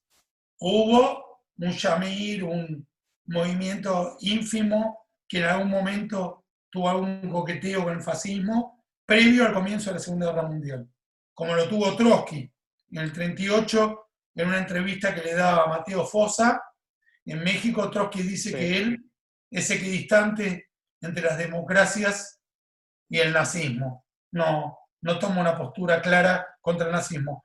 Pero a partir del 1 de septiembre del 39, todo el Iyub judío de la tierra de Israel es antinazi, sin disensión, sin diferencias. ¿Qué opino entonces del desmantelamiento de los pioneros? Yo no los llamo colonos, porque colonia es Inglaterra en la India, colonia es Francia en Algeria, están separados por miles de kilómetros, extraen materia prima y la mandan a metrópoli. Acá no hay ninguna relación. Los judíos llegaron desarmados a la tierra de Israel, llegaron a construir, llegaron a proporcionar capital, no a extraerlo. No hay ningún caso en que un judío explote a un árabe. Al revés, entre los 1888, los Loewe Zion, hasta el 48, los judíos trataban de trabajar sin mano de obra árabe porque los árabes no querían asociarse en un sindicalismo de la Histadrut, no querían derechos obreros. Esa era una idea sofisticada judía. Los árabes eran feudales. Entonces los judíos se mantenían apartados, no porque discriminaran a los árabes. De hecho, había judíos árabes, como mi abuela. Mi abuela Babor era siria. Los judíos no tenemos ningún problema con lo árabe. Yo me gusta mucho más comer en Jerueni que un niche o un gefilte fish. Ojo, no Marcelo, que es un debate que no va a terminar bien. Yo no tengo ningún problema con lo árabe. Yo tengo un cuarto árabe. Mi problema es con los antidemocráticos. Mi problema es con los que matan mujeres por cuestiones de honor. Mi problema es con los que matan a los gays. Yo quiero una marcha del orgullo gay. Yo quiero que los líderes elijan por medio de la votación. Yo quiero ir a la librería Stemaitsky y ver que todos los libros hablan en contra de Netanyahu. No que tengan miedo de escribir contra Abbas o contra Hamas porque los van a matar. Por eso yo apoyo a Israel. Entonces, esos pioneros, esos judíos a secas que viven en Cisjordania, que los palestinos eligieron no declarar el Estado palestino en el 47, en el 67, en el 93, en el 2001, prefirieron matar judíos antes que declarar un Estado palestino. En el 48, Ben Gurión les dijo: esto es tuyo, no tengo ningún interés, ni en Jerusalén. Jerusalén es internacional. Cisjordania y Gaza son tuyas, acá las tenés, armá tu casa, vivamos en paz. Viví en paz conmigo, no me interesa. Ahora viven 450.000 judíos y 100.000 palestinos. Si votamos, ¿quién gana? Y ganan los judíos, pero no porque yo sea judío, porque yo apoyo a lo que vota la mayoría. Igual que en Argentina, yo soy anti-kirchnerista, pero ganaron los kirchneristas. Son mayoría, ahí son mayoría, no porque quisieron invadir, sino porque los otros lo quisieron matar. No les quedaba alternativa. Perfecto. Entonces, muy bien, Marce. Sí, dale. Perdón. Quiero comentar Estado algo. Estado palestino ya. Donde vive mayoría judía, es Estado judío. donde vive mayoría palestina, es Estado palestino. Estado palestino, ya, ya, ya, ya, que lo declaren hoy, con los pioneros viviendo donde viven y los palestinos viviendo donde viven. Si hay minoría palestina que queda ahí, igual que quedó en Israel, van a ser los ciudadanos más privilegiados del Medio Oriente. No hay nadie, ningún ciudadano árabe, que tenga más derechos que los árabes que viven en Israel. En Israel quedaron viviendo 2 millones de árabes. Bienvenidos, benditos sean, benditos sean. No pueden matar a sus mujeres, no pueden matar a los gays, viven en democracia y votan a sus partidos. En el mundo árabe no quedó ni un judío. No quedó ni un judío. En todo el mundo árabe vivían 1 millón de judíos. No quedó ni uno. Ni uno quedó.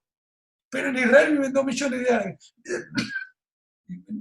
Bienvenidos. Perdón. Kevin, ¿querés decir algo más para ir cerrando? Sí, a ver, habiéndome formado en un movimiento juvenil jalutziano, el más antiguo de todos, sí me parece importante, y no quiero dejarlo pasar, que hay una diferencia fundamental entre los jalutzim, los pioneros antes de la creación del Estado, y los colonos, los voy a llamar colonos porque eso es lo que son de acuerdo al derecho internacional en Cisjordania. Los pioneros eran lo que hoy en día llamaríamos refugiados. Eran personas que estaban escapando de la persecución, de ser apátridas, y que por lo menos, y que muchos de ellos también estaban inspirados por una ideología de renacimiento nacional. Después, si los métodos fueron correctos o no, es otra discusión, pero me parece que no hay comparación. No iban de parte de una metrópolis. A partir de 1967, estos colonos, que es verdad, tomaron mucho de los métodos y hasta la mitología de los primeros pioneros, realmente distorsionaron ese sueño sionista cuyo legado podemos discutir, pero de ninguna forma igualar pre-48 y post-67. Sobre eso recomiendo el libro de Gershom Gorenberg, El Imperio Accidental, que va a contar un poco de cómo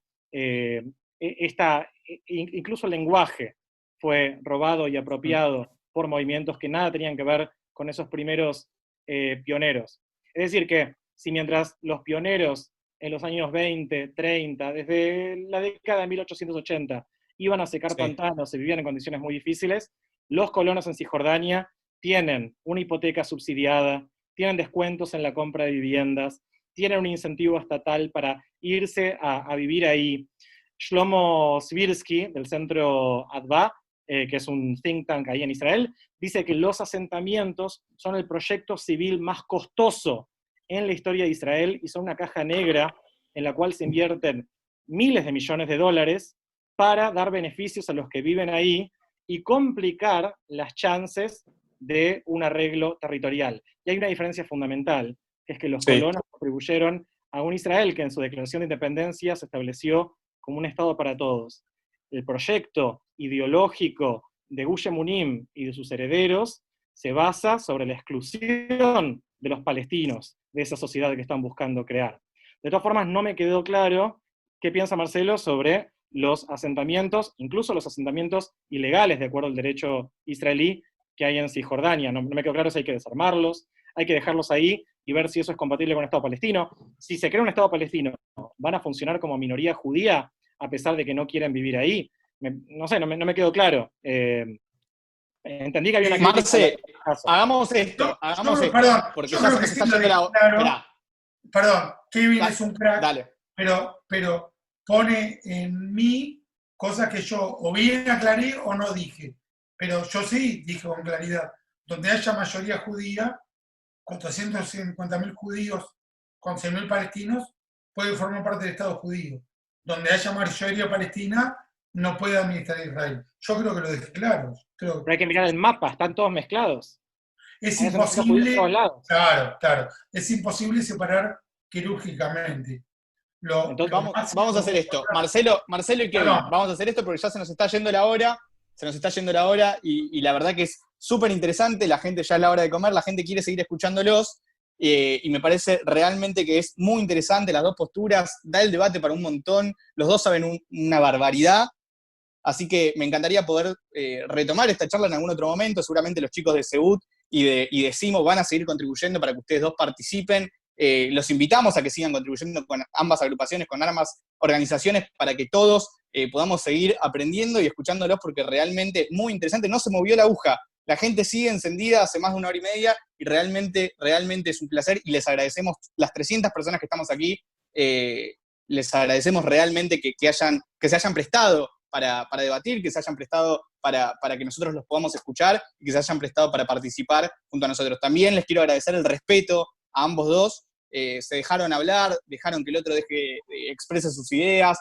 Los dos piensan diferente, pero hasta nace una amistad, porque los dos dijeron y accedieron a poder juntarse, a charlar un poco y debatir en privado también. Así que realmente es un placer escucharlos a los dos, quiero decirlo adelante de todos.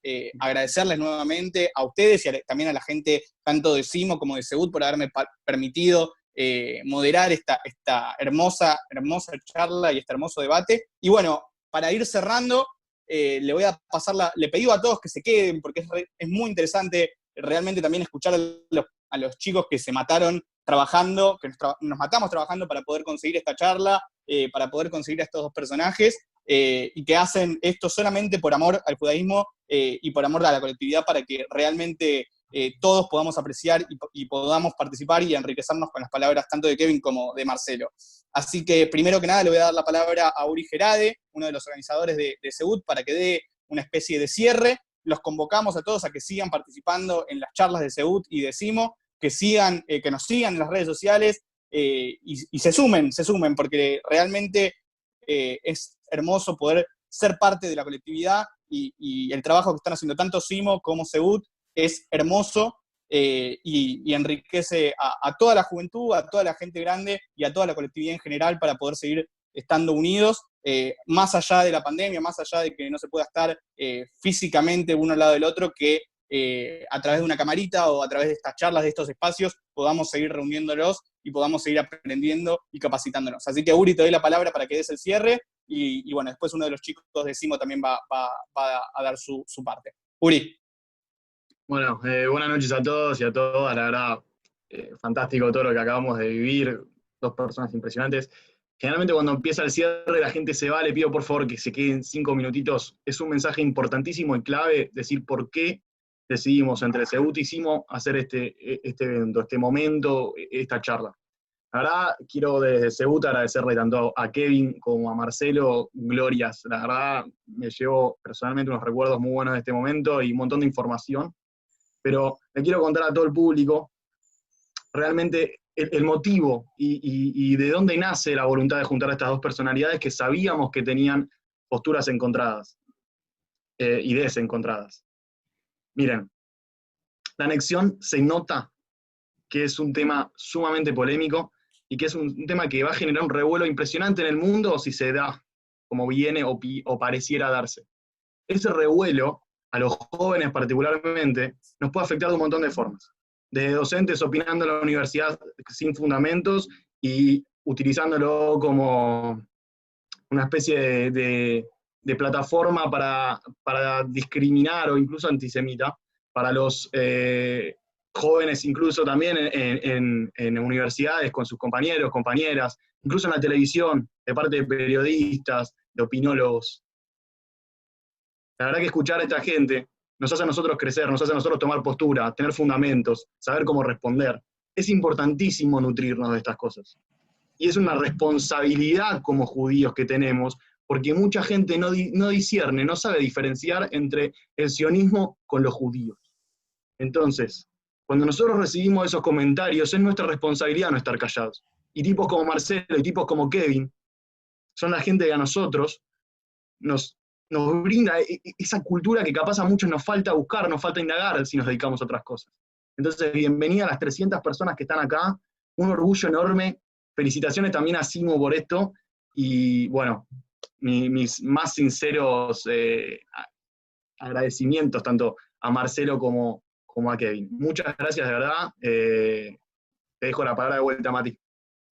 Brian Frosmovich de CIMO también va a dar un pequeño cierre.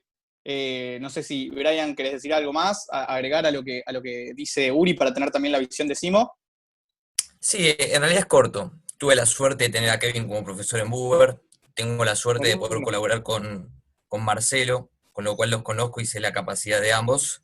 Yo creo que a pesar de lo que nos diferencia, a cada uno de los que estamos acá, nos une el sionismo, el amor por Israel, y también, como lo vieron Marcelo y Kevin, los une la necesidad de crear un Estado palestino. Con lo cual yo creo que este ámbito es perfecto para poder resolver nuestras diferencias, para poder debatir, y como decía un reconocido filósofo judío, Karl Popper, uno tiene que estar abierto a las conjeturas y a las refutaciones y poder debatir. Con lo cual, tener la posibilidad de haber tenido tanto a Marcelo como a Kevin, que repito, los conozco personalmente y sé la capacidad que tienen y sé lo buenos que son en lo que hacen, fue un gran orgullo tanto para el CIMO como para Seúl, y repito, nuestra frontera es el antisionismo. Después de eso, en el marco sionista, podemos debatir lo que sea y establecer acuerdos y establecer diferencias, pero debatir es lo importante en ese sentido.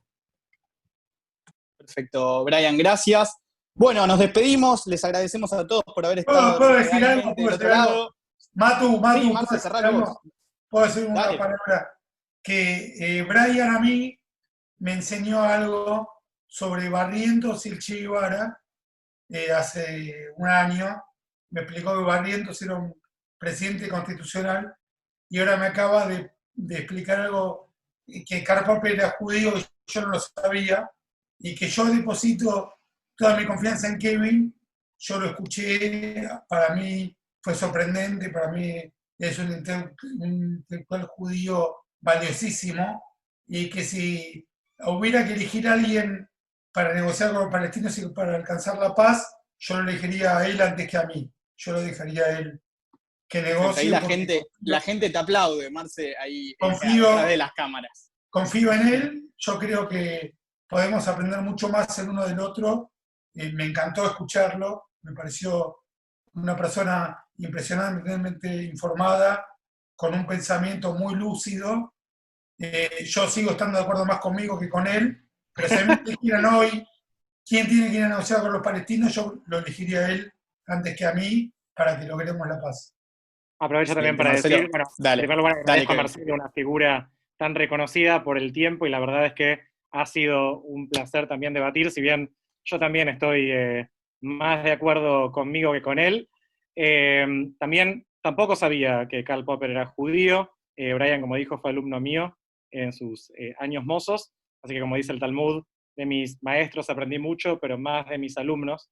Y sí quiero rescatar sobre todo la posibilidad de debatir dos posturas contradictorias en un marco civilizado. La verdad es que creo que en la comunidad y también en el país está faltando eso. El objetivo para mí al venir no era destruir discursivamente a nadie, ni aniquilarlo, como se dice ahora en Internet, sino realmente poder intercambiar ideas, y si esto le movió la aguja a alguien o lo lleva a pensar nuevas ideas o puntos de vista que no había pensado, bueno, entonces el objetivo está cumplido, y desde ya estoy más que a disposición para recomendar bibliografía y seguir profundizando esto, que por supuesto fue solamente una degustación de un tema muy complejo, pero creo que es un tema de mucha trascendencia, tanto para Israel como para los judíos en la diáspora, que de alguna forma nos sentimos interpelados por lo que pasa allá.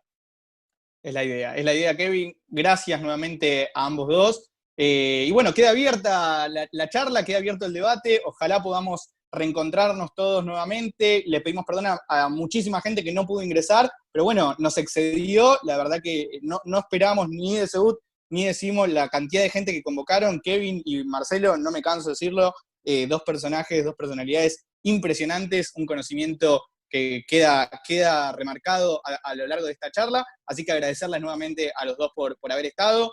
Y bueno, nos reencontramos. Síganos en las cuentas de Seut y de Simo, Seut.ar en Instagram, el Instagram de Seut, Simo_arg, la cuenta de Simo, para poder seguir prestando atención a las diferentes charlas que se vienen. Van a haber nuevos encuentros, van a haber diferentes convocatorias, así que todos los invitamos a que nos sigan para que estén enterados de las novedades y toda la programación que tiene tanto Seut como Simo preparada para todos ustedes.